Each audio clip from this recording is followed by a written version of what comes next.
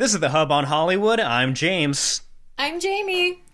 And we love movies. James, you know what's great about loving movies and TV? What's great about loving movies? It never ends. There's so much content, and there's so much more coming. We're all stuck at home. They're making it for us. It's a great time. It's a great time to love entertainment. So you really see the glass half full in this situation that we're in. Oh yeah. We're trapped at home. The demand is high, and the creators are creating. Okay, James. That is so true. So true. Yes. And we are also creating. We are creating this show that you're watching right now or listening to wherever you are, wherever you listen and get your podcasts. If you are watching us, thank you so much for tuning in to the Hub on Hollywood. If you're watching us on YouTube, please subscribe, smash that like button, comment down below. If you're on Facebook, you can follow us on Facebook. Also, give us a share on Facebook. Tell your friends. And as I mentioned, you can listen to us on any of the major podcasting streaming services. iHeartRadio, Apple Podcasts, Spotify. You got one out there? We're probably on there. Yeah, exactly. We're also on WBZ News Radio's page. We're affiliated with them. If you look under podcasts on their website, you will find us, Hub on Hollywood.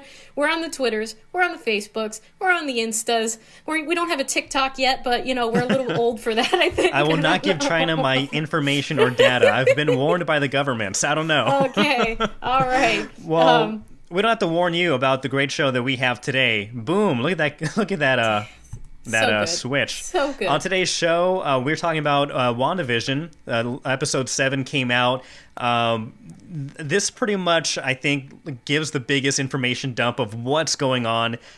What is Wanda dealing with? And, is Wanda really in control of what's going on? It doesn't seem like it, but we will get into that, as well as our casting calls, entertainment news, including one of the best news updates of the year. Paddington 3 is officially in the works.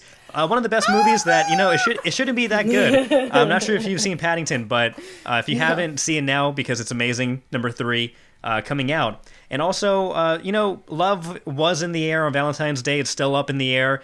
So we're still talking about romantic movies and rom-coms. We have our top 5, top 7-ish movie picks. So in honor of our delayed Valentine's Day and Wanda and Vision's love, yes, we'll have our list of our top romantic films, and I can't wait to hear what your picks are. But what are we starting with, James? WandaVision, there's so much to unpack. As with every episode, I feel so much to unpack. But I feel like in this one, like I said, a lot of information dumped. I think spoiler alert. If you haven't watched WandaVision, pause this, go watch it, and then come back. Or fast forward to our romance list. Yeah.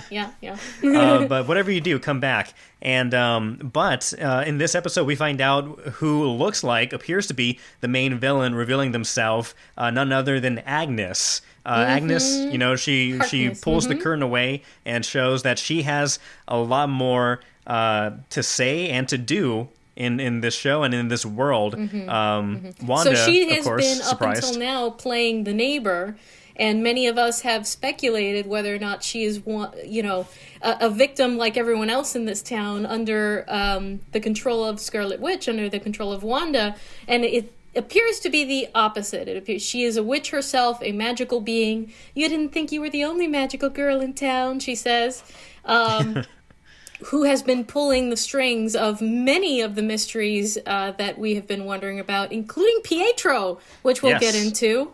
And I don't know, did you see the after credits scene? There was also an after credits scene there with Pietro, so we need to get into that in a little bit.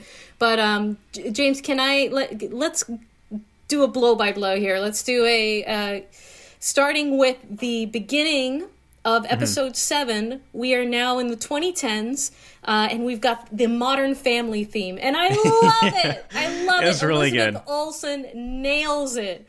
Like, I felt like I was watching Modern Family. It was just so well done. So she's talking to the camera. Yeah, I feel like Elizabeth Olsen could put just WandaVision on her demo reel because it shows how versatile she really is, from the 1940s to modern day, Modern Family kind of esque, making fun of that. That's gonna be so fun. She's so good. Yeah. And it's just got to be an incredible experience to actually do all of that. There's a little bit of a behind the scenes snippet where you see the director talking about, like, some days we come in and it's full modern Marvel, like with all the high tech gear, and then it's a 1950s sitcom, and some days it's both, and so that's just going to be a phenomenal experience. And Disney's bankrolling it; they've got the cash to do it, and we, are enjoying it along the way. So yeah, we've got the opening, the Modern Family theme.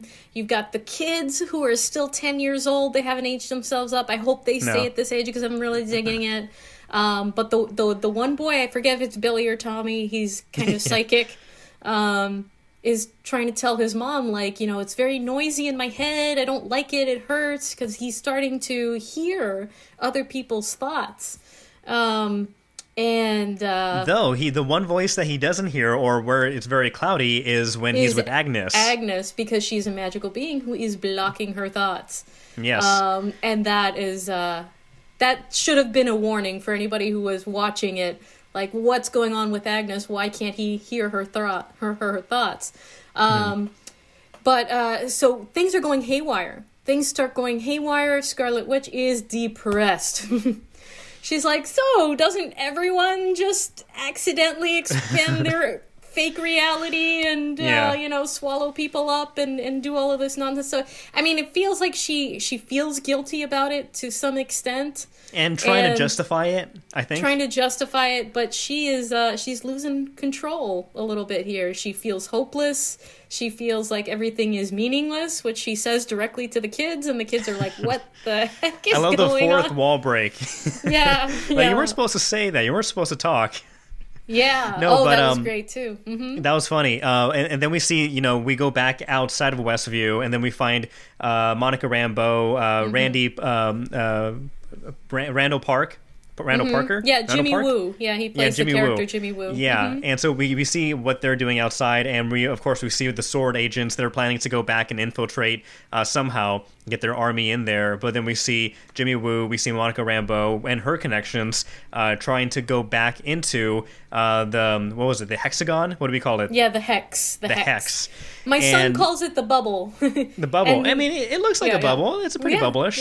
Yeah. And so eventually, after failing to get this modern, teched-out Land Rover of some sort through the wall, Monica realizes, she's already been there. Her molecules, her inner DNA is already changing. So she goes all out and pushes through, literally, through the wall, and I guess she becomes superpowered. You could tell she's gone through this transformation, and during that transformation, we see and hear clips from Captain Marvel, where at the time when that took place, she was a little girl, and when her mother, of course, was still alive.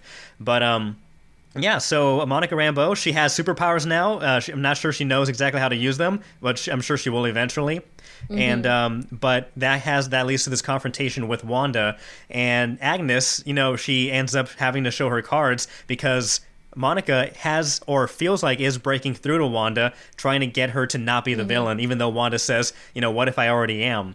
And Agnes, she cuts off that communication immediately, and that's when it's revealed in her basement, after discovering her kids are missing, that Agnes is the one pulling behind the strings, and she gets her own awesome intro music. Yes, it's been Agatha all along, or Agnes all along. Yeah. And you see what she's been doing. She was behind Pietro. She was behind, the neighbors acting oddly, and, all of these things that have just been not quite right. It's been her all along. But what is the motivation here, James? Yeah, what does she want with the kids? I don't think that she is acting alone. And and the biggest takeaway I took from that episode, the first thing that was first and foremost in my mind was, where are the kids? Where are the kids, James? Where are the boys? Where are the twins? Oh my goodness! So so much happens with them in the comics, where they get taken away for a time, and then they're not necessarily real. Then they get made real, but they're Mephisto's kids, so they're like kind of like evil spawn. But then they the Agnes of the comics is the one who actually allows the kids to continue existing somehow. And It seems like this is all getting this is not where that is going in the show. So they're playing with that storyline. But I'm so worried for the kids, because if anything happens to the kids, I think that's the final straw that will push her to being a mega villain. Yeah, and she may have, if it does go that route where her kids are taken away either because they were never alive, or Agnes, again, she's a witch, and witches are known to eat children, and she did make that joke about, she's bitten a kid before. Biting a kid. Yeah, and so is she? Once. Yeah, is she going for the kids? Did she do this to Wanda so she would have a breakdown, create children? So Agnes, because the theory is that Agnes is trying to suck the powers out. So, obviously one child has telekinesis power, and the other one is really fast. So is she trying to drain them? Was she trying to drain Wanda, and then it led to children? So a lot of theories. We don't really know what's going on, but we do know that Agatha is behind it. And I'm blanking on the actress's name, but she's amazing. She again, like Elizabeth Olsen, is able to play with all these different genres and nail them. And I don't know, and she's likable. This is not her first foray into the MCU. She also voiced the villain in the Spider-Man multiverse cartoon. Yes, the Doc Ock, the female version of Doc Ock. Yes. In Into the Spider-Verse. Another great movie in the MCU where it dealt with the multiverse. So maybe she is behind the entire MCU multiverse. Yeah, like she's the key. Well, I don't know about that, but no, maybe not. But we do know that she is meddling. She's meddling, and that I believe that there is someone pulling the strings behind her. She talks briefly about her husband. And so I think that this is either Mephisto, or some people have suggested it might be Nightmare from the comics, or something along those lines, both villains are tied to Doctor Strange. All of this would perfectly fit into Doctor Strange and the Multiverse of Madness, which is the next feature film coming out. But James, I think the biggest reveal came in a very, very subtle way. Okay. You know the Nexus commercial? Yes. That commercial, yes. The antidepressant, which was hilarious. The antidepressant commercial. Do you know what Nexus is in the MCU? Well, I think you're gonna lay it down perfectly, but I think it has to do with the multiverse and this program, or this comic series that pretty much has the multiverse explode, right? So there are two things that it could be. So one is the nexus of all realities, okay? And that is like the meeting point of all of the multiverses, of all of the realities that exist. It's sort of a physical meeting place of all of them. It can also mean a nexus being, Scarlet Witch being one of those nexus beings, as somebody who exists in every reality and who is a focal point of every reality that is out there. And I think that's more of the direction that they're sort of going with that. But oh my god, I love the commercial so much. I have a little bit of what they said here. It was feeling depressed, like the world goes on without you, just want to be left alone. Ask your doctor about Nexus, a unique antidepressant that works to anchor you back to your reality, or the reality of your choice. So, side effects include feeling your feelings, confronting your truth, seizing your destiny, and possibly more depression. It just fits in perfectly with everything that her character is going through. Wanda's character. Plus, today's commercials that we see today, very very current, with all those warnings and terrible side effects. Yeah, and that is what she's going through. She is despondent, she is despairing, and we still don't know how this all started, so it could very well have been, a nefarious thing in many different directions. It could have been all of these bad guys behind the scenes pulling the strings, and then you've got Sword trying to steal Vision's body, and Vision in this episode with Darcy Lewis. I love their interactions. Yeah, it was so good. It was so funny. and his interviewing with the camera, just like the Modern Family theme. Yeah. And I love that at one point he's like, why am I waiting here? And he just leaves. And he takes off. But she brings him up to speed. Darcy's character brings him up to speed on everything that's happened up until this point. So now he understands what is happening with Wanda, and that's all he needed to know. That's all he wanted to know. And so now he's going to go help his wife, because that love was real, that love was true, according to Darcy, and that's obvious too. So, I really didn't like this pairing. I got to be honest. I really didn't like the WandaVision pairing. I didn't care about it in the least. That has changed. Has changed in the way that, they've done that here. So kudos. No, it's really good. Yeah, this one, I know I've been saying every week that this week's episode is my favorite. Yes, this you one, say that every week. I say it every week. This one, again, admittedly, I won't say this one. I think there's been a better WandaVision episode than this one. This one, I think, did the legwork of really filling you in with information. Yeah. Again, mainly at the end, Vision's getting a recap. We're getting a recap of that also, even though we shouldn't. If you're watching it, you should know. But we get that that information dump at the very end. And so I think this is more one of those like supporting episodes to make sure everybody's caught on board before the final 2 episodes, where we have one more maybe confrontation, and then the final episode is going to be this big battle with lasers and glowing orbs and whatnot. Now, before we move on, Pietro. Let's talk about that Pietro scene and yeah, you could read it a couple ways.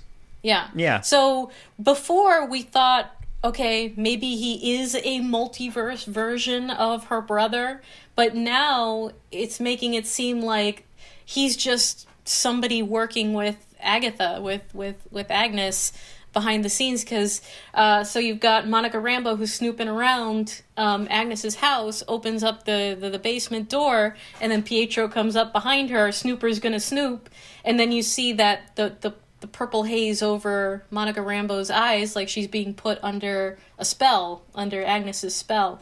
So it seems like Pietro's working with her, but may not necessarily be the multiverse version that we thought he was to begin with. Like, who is he? I'll counter argue because I have seen and heard that that thought over that last scene. I could see it a different way. Now, it is possible that he could be working with her. We did see that when he did appear, when she made him appear, there's like this dust, this purple dust behind him. That could be a completely made up person that Agatha just created here. Or that could be, maybe, again, we're kind of talking about that nexus. Maybe she has found a way to open the multiverse, and because she knows that this version's Prieto was dead, she had to reach somewhere else because she already knows there's different versions of everybody, apparently. So I think she just yanked him, put him in there. And if she had done that, you could go either 2 ways. Yeah. Either he's in on it and knows that, again, kind of, he knows what happened to Vision. He knows that he died. He knows things that he shouldn't really know, and there are things that he doesn't know that Wanda knows, and she's trying to test him. Yeah. So he could be another multiverse, the other multiverse Quicksilver under Agnes's spell, or again, this is getting kind of complicated. Yeah. Or he could be the other multiverse brought in and under this and not working with Agnes, but again under the spell and at the very end, when he shows up and says Snooper's going to snoop, again, he's a funny guy. He's very witty and whatever. He could just be like noticing that Monica looking down there, and he's curious, like, what are we looking at? Snooper's going to snoop, and her eyes were glowing before he showed up. When she crosses that plane, her eyes are glowing that color, and so I think that was just her glowing and not Agnes's spell. Okay. Well, I just think it was kind of fun that everybody has their own color. Like Agnes was purple, and Wanda's red, and now Monica Rambeau is blue. So you kind of know like whose powers are working at any given time. I thought that was kind of clever. We'll have to see, I guess, James. Look, I was trying to explain this to my 5-year-old son, okay, because he's really into it for some reason. Yeah. Like, he's starting to get really into WandaVision, and he has so many questions. I'm like, I don't know. And how do I explain, like, all of these, like a multiverse and all of the different comic connections. Like, how do I explain this to my 5-year-old? So it's just been it's been fun. It's been fun, but if it's hard enough to explain it to like adults or to yourself, like just imagine trying to explain it to. I need a chalkboard to I need to be able to draw those lines and interconnecting. Yeah. Let us know what you think. Well, show us your chalkboard and your theories and your connections, because what do we know? We could be completely off or completely on dead accurate. But let us know. Comment down below. Thank you very much. Just a reminder, if you're all watching us on YouTube or Facebook, please subscribe, please like, please share, give us some love. You can also listen to us if you're watching us now but want to go on the road. You can listen to us on any of the major podcasting streaming services. We're also on social media, on Facebook, Instagram, and Twitter at Hub on Hollywood. Let's get into these casting calls because we have quite a few and quite a few interesting ones. And if you don't mind, I could start it off with this one from Slate Casting. This is a non-union gig looking for siblings between the ages of 5 and 7 with outgoing personalities and a lot of energy. If they like to sing, even better. This pays $500 per person for a one-day shoot. If you're interested, send a photo of the dynamic duo, their names, ages, contact information, agent if you have one, and which city you live in. You're going to want to send this to slateselftape@gmail.com, slateselftape@gmail.com, and you're going to want to send those in ASAP. Okay. All right, so let's see. Boston Casting is looking for thin Caucasian men and women who are willing to shave your heads. I don't know what you're shaving your head for, but they're looking for people between the ages of 18 and 45. You can make $3,000, so this is a good paying gig. It shoots March 4th through the 11th. They would like you to send your name, contact info, a picture, height, and weight to bostoncasting4@gmail.com if you are a thin Caucasian person who is willing to shave your head. I showed this to my son also. I'm like, hey, buddy, what do you think about mommy shaving your head? And no lie, he says, I would love for you to shave your head, mommy. That way you would look like a boy and I would have 2 daddies. How supportive. That's very supportive. That's great, but okay, sure. Buddy, he's very open-minded. He's very progressive. Yeah, he is. That's great. So excited. That's awesome. You should do it. That is a good, and it does pay, right? Hopefully they pay. It does. Yeah, okay, they pay. Yeah. So we have another one for Boston Casting. Boston Casting, we are looking for African-American, Dominican, and Puerto Rican families for an upcoming project. They're casting for mother, father, preteen, teenage children. This is shooting February 26th or the 27th. So I guess that's kind of up in the air. But you are going to get paid $3,000 per family, per household. This is a non-union gig. So if you that fits your family dynamic, send your information to Boston Casting Submit 9, the number 9, @gmail.com. Boston Casting Submit 9 @gmail.com. Cool. And then we've got CP Casting looking for girls age 8 to 11 for a speaking role in a movie. This is a great opportunity. So little girls 8 to 11, any ethnicity, for an Amazon feature film that's shooting in Massachusetts in April. They want you to email your child's name, phone, date of birth, height, where you live, and acting resume, if they have it, headshots or recent photos to cpcastingsubmission@gmail.com for that opportunity. That one sounds like a lot of fun.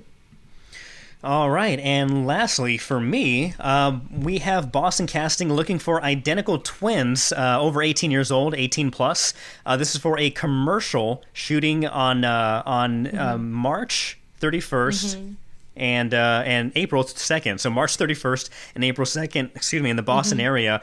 This is a paid gig. You're going to send your photos, contact information, where you're located. Send all that to Boston Casting Submit 4@gmail.com. Boston Casting Submit 4@gmail.com. Okay, and lastly, from Boston Casting, they are looking for cars from the 1980s for a feature film.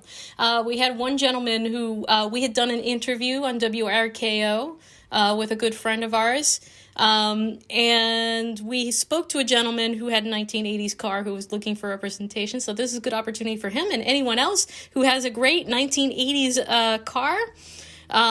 For shooting later this month and into next month, they would like you to submit a picture of the car, the make, model, year, your name and contact information to bostoncasting9@gmail.com for that opportunity. So that's always fun to get a car or a vehicle into a movie. They usually have someone specifically responsible on set for all the vehicles that they use in a film. And I actually got to drive a car in Knives Out. Yeah. I got to drive a car when I was a body double in Knives Out, so I got to dress up like Ana de Armas. And so the car, the vehicle that drives up to the mansion at the very, very beginning of the film, that's me, folks. That's me right here. That's my wonderful driving. Very nice. So and opportunities like that were just from casting calls that I discovered just like this. So if you would like to continue to hear these wonderful casting calls, you live in the New England region, you're listening to us, you're watching us, keep watching us. The Hub on Hollywood will keep bringing this to you so that you can be the next one to say, that's me, that's my hand, that's my foot, that's me driving a car, that's me behind, Leonardo That's DiCaprio. my bald head. Exactly. Exactly. Awesome. Talking about... how do I transition this? Romance. Yeah. Well, we will get to our top romantic movies, but I do want to include this entertainment news, breaking news update bulletin. Of course. Paddington 3. Hopefully you're sitting down because this movie is officially in the works. Have you seen Paddington 1 or 2? I haven't. No, but it You looks need super to. cute. I'm sorry. You need to. Okay, I My will. girlfriend needs to. I've been trying to. This is one of the movies. I love her to death. I've been telling her for this entire time I've known her that you need to see Paddington 1 and 2. Yeah. No, there's no but. I'm her. just saying. I'm just saying. I love her to death. And because of that, I'm trying to get her to watch Paddington 1 and 2 because they're so great. They're so wholesome, and I'm as you can tell, very excited that number 3 is coming out. Now you're probably thinking, why is a 31-year-old man excited about a furry bear, a marmalade-loving bear in London? Well, I'll tell you why. It's charming, it's witty, it's funny, it's wholesome, and it's something that we all need right now. So this is Please stop me if I'm getting too crazy. I love this movie. No. So let me just start by, if you haven't watched the series, and give you a quick update. Paddington 1 came out in 2014, based off the book series. This follows a young Peruvian bear with a heart of gold. Paddington is sent to London by his Aunt Lucy for a better life, and after he shows up, he meets the Brown family, who agrees to help him find a permanent home, but, after some hijinks and whatnot, they find out that he is a perfect fit for them, so they become a family. The first movie, great. The second movie... It's like the Empire Strikes Back of what will now be the trilogy, but I'm hoping for the third one will be even better. But the second one, we have Hugh Grant. He plays the villain in this film, and he plays this over the top flamboyant actor whose flame is kind of dwindling, and so he's trying to do anything to get that second wind underneath his wings. But he plays an amazing villain, hilarious. I have a new respect for Hugh Grant after this because he has the cliche of being like the pretty boy actor, all those Notting Hill and all those classic pretty boy movies. But no, he really threw his heart and soul into this performance. He's having so much fun. He talks about this movie. He calls this movie a masterpiece. He has said that. And so I'm really excited for who the villain for the next movie is going to be. In the first one, Nicole Kidman was the main villain, and she knocked it out of the park. So this is my PSA, my public service announcement. Go watch Paddington 1, 2, and when 3 comes out, we'll all watch it together. Oh, okay. Please let me know if good. I sound too crazy, because I'll cut this whole thing out. We're keeping it in. We're keeping it in. No, yeah. And we have to. Right. But yeah. Speaking need to show about Nikki. love, James, I don't know that there are any movies that, that I could love as much as you love Paddington Bear, apparently. No, none. But great romances. We just had Valentine's Day, and we've been talking a lot about WandaVision. So we put together a quick list of some of our greatest romance movies that speak to us. And we'd love to know what your top romantic flicks are that, just make you feel good every time you watch it. Yeah. I've already told James this. My list is going to piss him off. I think we already know. I think we already know. But I'll let you start, James. I'll let you start. Okay, so this is a little oldie, and that makes me feel old, but a really good one, and needs to be talked about more. My number one, or on my list of 5 on the list, is How to Lose a Guy in 10 Days, starring Matthew McConaughey and Kate Hudson. It follows Benjamin Barry, who was an advertising executive and a ladies' man, of course. And he has to win a big campaign, so he bets that he can make any woman fall in love with him in 10 days. However, he meets his match when he runs into Kate Hudson's character, who, too, has a bet with her own work colleagues that she can have a guy fall in love with her and break up with her in 10 days. So, of course, there's friction and a lot of, again, just ridiculous hijinks. And that's on my list of top romantic or love movies. What else you got? Let's go down it. My next pick, The Big Sick. I'm not sure if you saw this. This came out in 2018. I didn't see it. Pakistani-born comedian Kumail Nanjiani. I had that right before I recorded this. Kumail Nanjiani and grad student Emily Gardner, they fall in love but struggle as their cultures clash. When Emily contracts a mysterious illness, Kumail finds himself forced to face her feisty parents, his family's expectations, and his true feelings. This is actually based on his own true life, on how he met his wife and how they're together and happily ever after. Next on the list, Wally.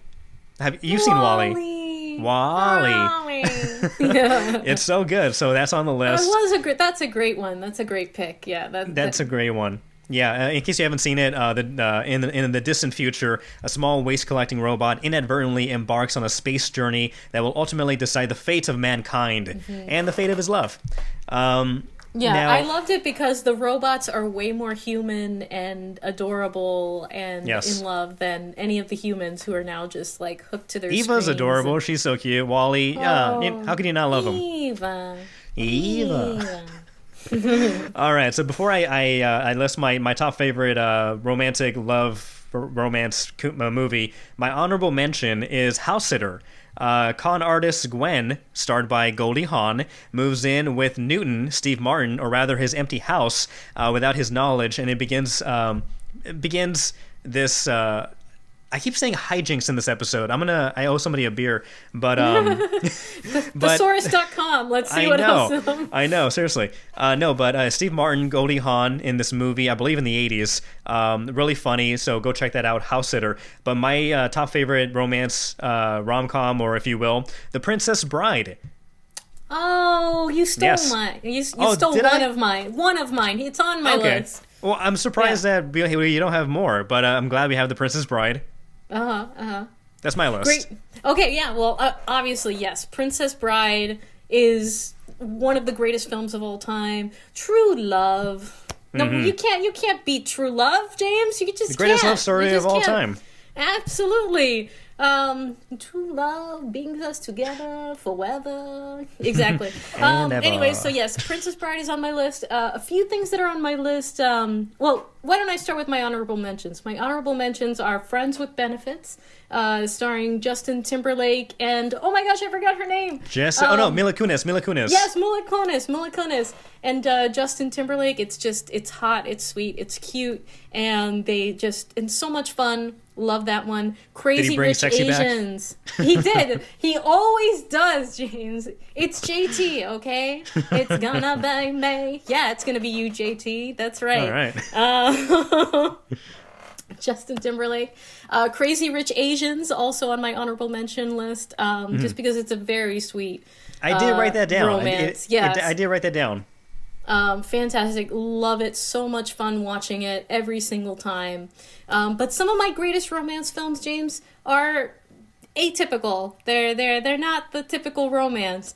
Brokeback Mountain, definitely on my list. It's Okay, no, that's understandable. That takes my breath away every single time, and it's just very real and raw and sad. Let's see. There's a film called Secretary. I don't know if you've ever seen this. It's with Maggie Gyllenhaal. I've seen Secretariat. No, Secretary, in which she plays a girl who cuts herself and finds everything that she didn't know that she needed in her boss, who is like a BDSM dom.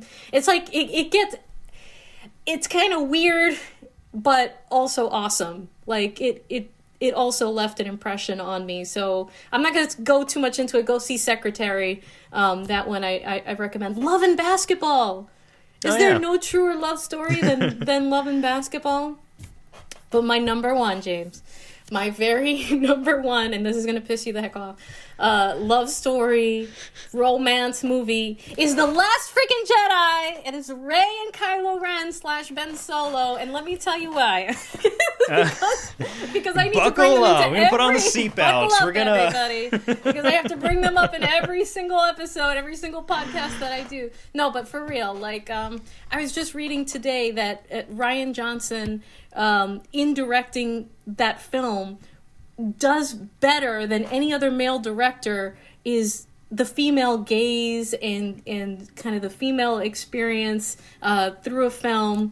That whole thing is just ripe with like sexual awakening metaphors and just the raw intimacy between these two characters, the deep loneliness that they feel and desperation that kind of pulls them together.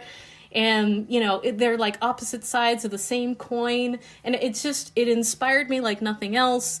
I've written so much fan fiction about it. It just sparked my imagination. It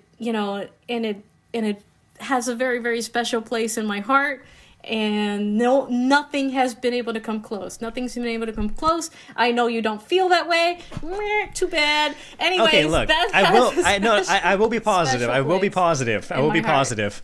Again, I love movies. We love movies, and movies, they draw reactions and emotions, and they each have a special meaning to anyone else. So, though I may not agree oftentimes, I will respect that this is your favorite love story out there, and I appreciate that you appreciate that. Though I appreciate that you appreciate that. I appreciate you appreciating. James. I'm gonna keep jabbing though. This doesn't give you a pass for the future. I'll keep jabbing you, but okay, that's fine. But I appreciate it. Okay. What's your favorite rom-com? Let us know. Exactly. What inspires you? What it could be anything that it doesn't have to be your normal sappy romance movie. Like what really speaks to you and your heart. Someone's like, you can like The Shining's my favorite love story. Why not? Because apparently anything can be a love story. I'm kidding. No, I love you. I'm kidding. Right. No, but please let us know. Comment down below. Please, reach out to social media, give us a follow, give us a like, give us some love. I think that's everything. I think we covered all our love stories. That's more than enough. That's more than awesome. enough. We'll talk to you guys next time. Thanks, guys. Bye.